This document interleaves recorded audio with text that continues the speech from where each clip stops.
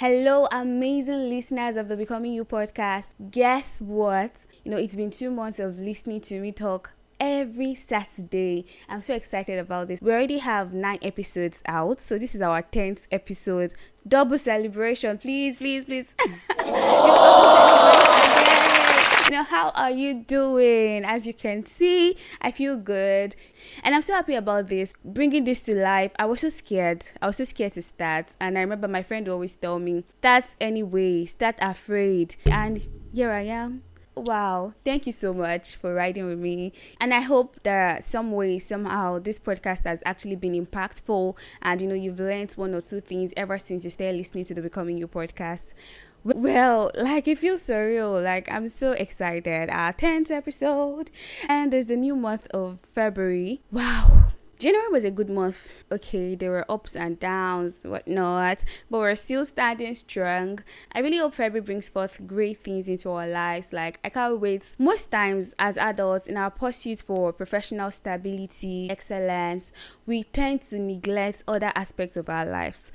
We tend to neglect building personal relationships with friends, family. We mostly tend to overlook nurturing these relationships. We overlook building these relationships, forgetting that these people, our family, our friends, or our partner, they end up being our sanctuary, our safe space when the going gets tough. In essence, there's a need for us to pay attention to these relationships. We're supposed to have healthy personal relationships, because when we don't, there's always a ripple effect. It affects our professional productivity and even our general well-being. There's a need for a balance, like I would always say. There's a need for us to pay attention to our personal lives as much as we do to our professional lives. Considering the importance of having a less chaotic private life, on today's episode, we'll be talking about the foundation of healthy relationships, and that is what's communication. We'll be discussing ways in which we can communicate effectively, how it can impact our relationships positively, strengthen our relationships,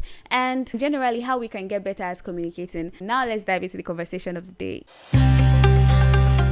Right before we dive in, let's hear what these amazing people think of the adulthood phase. Adulthood is responsibility. Adulthood is complicated. Adulthood is growth. Adulthood is maturity. Adulthood is being independent. Adulthood is stressful. Adulthood has been confronting. Adulthood is draining. Adulthood is decision making. Adulthood is resilient. Adulthood is overwhelming. Adulthood is fun and adventurous. Remember, I'm not here to demonize this phase, but to say it as it is.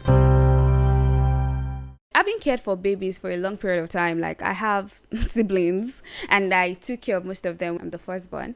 Having cared for them, I know that their major means of communication is crying. They cry when they need anything. They cry when they want something from you. They cry when they need you to do something for them. They always cry. And there's this anxiety it gives us. It's like you're solving a puzzle because you don't know what the child wants exactly. You give them this they don't want, and the child too gets frustrated. We see them increase the intensity in their tears. They cry harder. This thing really annoys me. And I feel this is the perfect depiction of a relationship where communication is lacking. That frustration you feel trying to handle a baby that cannot talk is the same frustration you kind of feel when you're in a relationship, probably romantic, or you have friends and you guys are unable to communicate with each other. You're unable to talk about things. It can actually be very frustrating, and I think we need to fix that this year. We have to make our personal lives and personal spaces safe.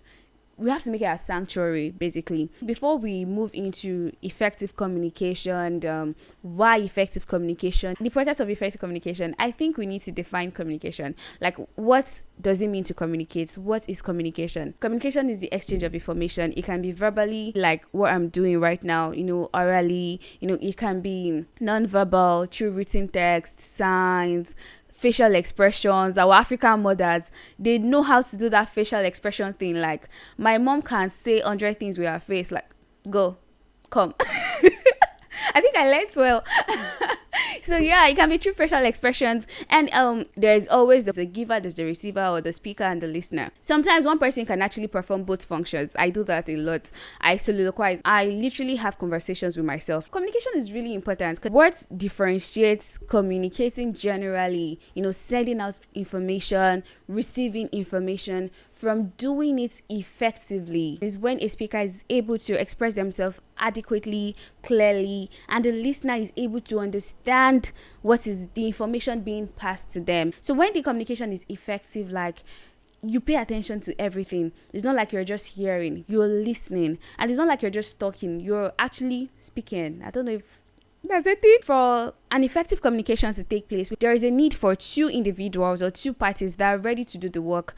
An active speaker who is willing to be honest enough in their conversation, and a great listener who is willing to actually listen. Before we move into discussing how can we, or the importance, I think we should look at why do we have to communicate effectively. We have to, because we tend to build relationships and interact with people that have different backgrounds from us. They have different backgrounds, different belief system, different way of doing things. We have our differences. So communication is the only way we're able to navigate the differences that exist between us and the people we're trying to build relationships with. And inability to communicate well or communicate effectively can often cause rifts in our relationships. It's a cause divide. When you're unable to express yourself properly to somebody, or you tend to always sweep things under the carpet, gradually the carpet becomes a roadblock between you and the person. So the importance of communication,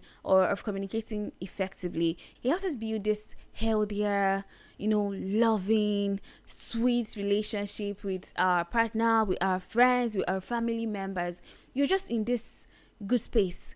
You're free of negativity. When you're in a good space with the people in your personal life, you notice that you're just always happy. You can be having a bad day, then you just remember some certain things and you just feel like you feel loved. You remember how loved you are. You remember how cherished you are. It's a good feeling, really. I remember, whenever I and my girlfriends, whenever we have deep conversations, feel like I'm unlocking a different level of intimacy with them. Communicating properly, effectively, just helps us build this beautiful bond, with our friends. We also intentional conversations, or communicating intentionally, helps us deal with anxiety. I used to say, you should know by now, I am an overthinker. I overthink a lot. So once I'm having problem with somebody, I tend to think about 101 possibilities of what could have gone wrong. Why? I ask myself so many questions, and this would in turn affect my productivity, of course, because I might be working on a particular task and I remember, why did this person do this to me? Why did this person treat me like this? When I noticed that communicating about these things would save me time, I don't have to always worry why. I can just ask the person, why did you do this to me? And I get my answers immediately. Communicating about my feelings has helped me manage my tendency to overthink. In essence, communicating our feelings effectively would help us save time, save us from unnecessary stress, anxiety, and worries. And with all these things, we feel seen, we feel loved, we feel heard. So communicating effectively, or being with people that are able to communicate, able to understand you when you communicate, it just helps foster this sweet, loving relationship. With all these things I've said, I think we can see that being intentional about how we communicate with our friends, with our family, with people is actually very, very important. And I know communicating is not easy, because expressing your emotions in words can be stressful.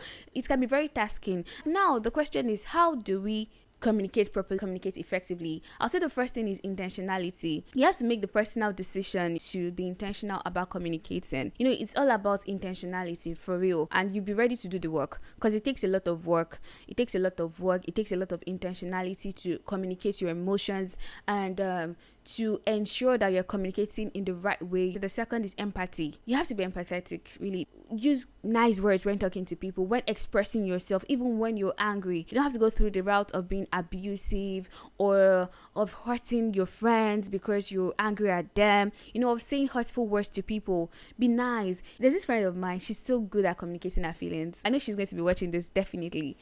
You know yourself. She's still good at it.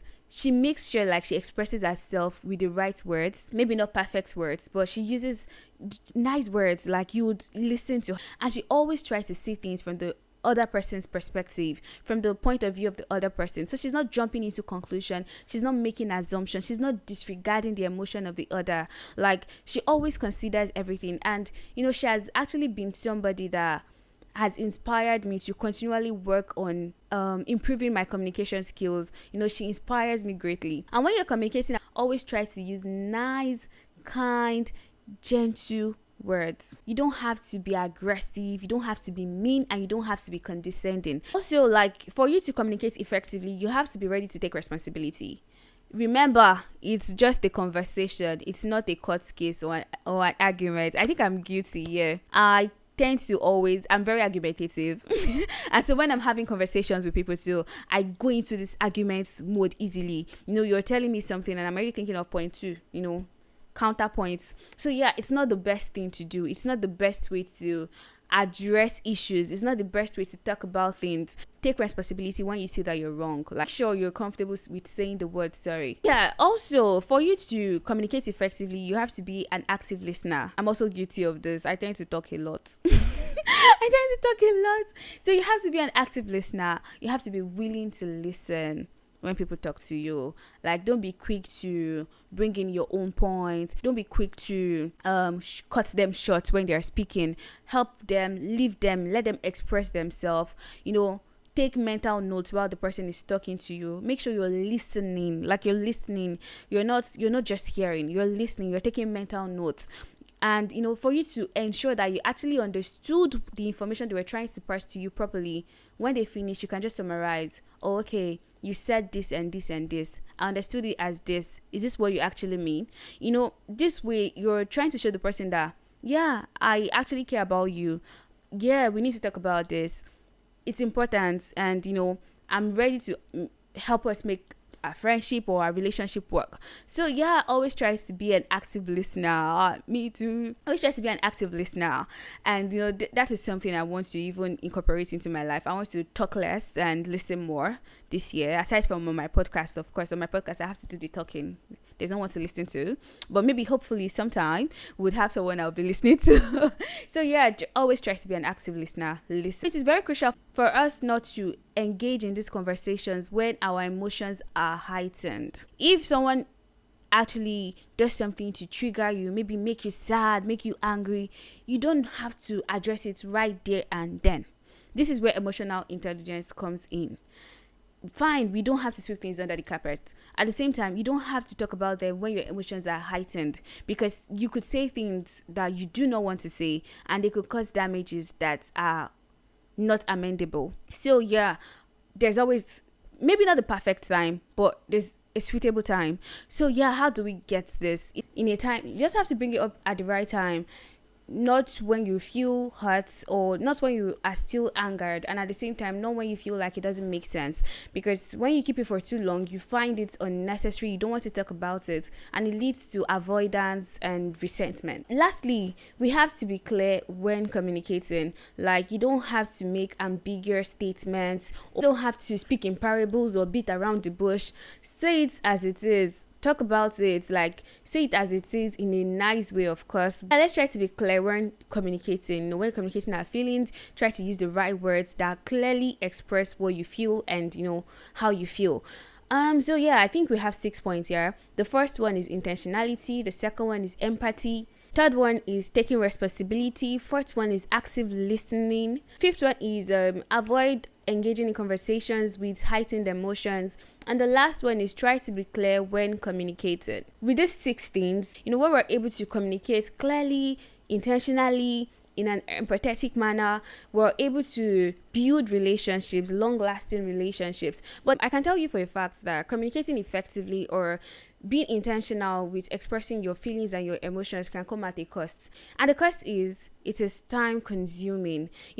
Communicating and prioritizing everybody is actually very time consuming. And as working professionals who are always busy, or as students who are always busy, how do we then find the balance between our professional, our academic lives, and our personal lives? This is actually what we'll be discussing on the next episode. Time management. How do we manage our time properly? How do we prioritize people in our lives, and at the same time, do the best and be the best we can be in our career and academic field? I'll be sharing some tips. Don't worry, I'm going to go and do the field work for us. Yeah, I'll be discussing how we can manage our time effectively, using softwares, using applications, being disciplined, and or let me say stingy with our time while we're still trying to come through for the people we care about. All this and so much more is what we'll be discussing on next week's episode. I hope you do not miss it. I hope you enjoyed today's episode and you found it insightful. Well, that will be all for today. Catch you on the next episode. Don't forget to share, subscribe, like, most importantly, emphasis on share, please. Yeah, that'll be all. Bye. Have a great and productive next week. Thanks for listening. Catch you on the next episode. Do not forget to live every moment and leave no room for regrets. Remember to follow this channel so you get notification whenever I drop a new episode. Thank you. Bye.